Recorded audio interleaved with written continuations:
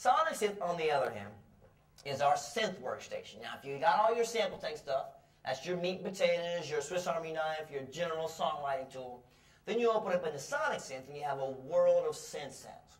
ARPs and Moogs and Junos and Oberheims and Emus. Just about every vintage synth I could think of is probably in here. And there's 5,000 sounds in Sonik Synth. So where Sample Tank was an open architecture you could import things into, Sonik Synth is closed. So you can't put anything else in there, but there's so much in there, you don't need to. And it kind of sounds like a synth workstation, like a Phantom or a Triton. It's got drums and bass and keys and brass, that kind of thing. But it's focused on synth sounds.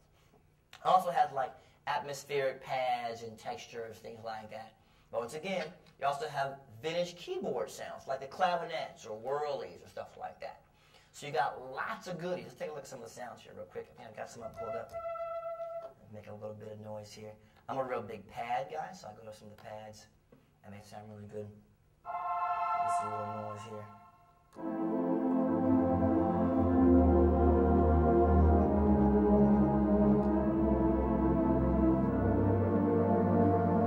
Remind me of the Korg M3 pads, those big, warm, fill the room kind of pads. And you got motion synths here, you got synth basses. If you look up and I hit a bass sound, you'll see it's called Andromeda bass. And it's actually been sampled by the Andromeda. And some of the sounds will actually tell you what they've been sampled from, the ARP2500 or the Moog. You actually see what we've actually sampled there. This is some of the Moog, and there's a Moog right there. So you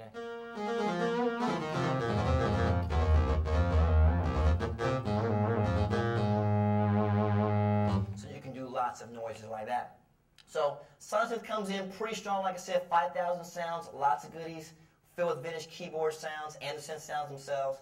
Sonik Synth, any questions on that? I'm going to move through so I can get you some Miroslav too. Yes, yes.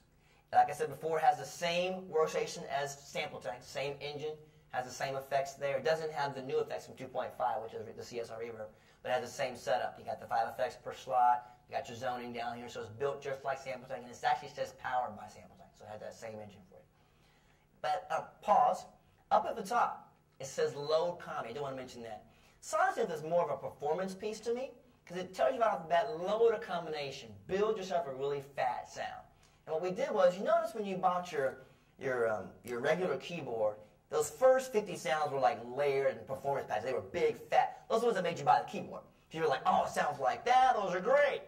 Well, we gave you 400 and some performance patches for Sonik Synth. So we built you some great performance patches from the get-go.